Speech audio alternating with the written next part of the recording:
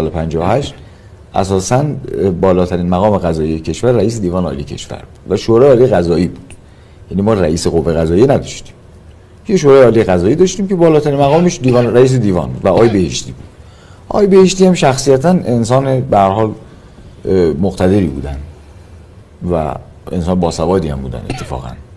یعنی در اشل روحانیان زمان خودشون که روحانی بودن که 10 سال سابقه اداری مرکز اسلامی هامبورگ رو داشتن. خب طبیعتاً زبان خارجی بسیار خوبی داشتن، بلد بودن، آلمانی بلد بودن، انگلیسی بلد بودن و البته مسائل حقوقی هم خوب بلد بودن.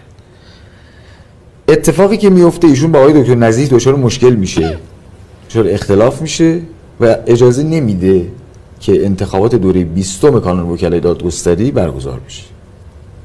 ولی کانون اصرار میکنه. حتی یک لجبازی که بین رئیس کانون وقت یعنی آقای دکتر نزیح، حسن نزیح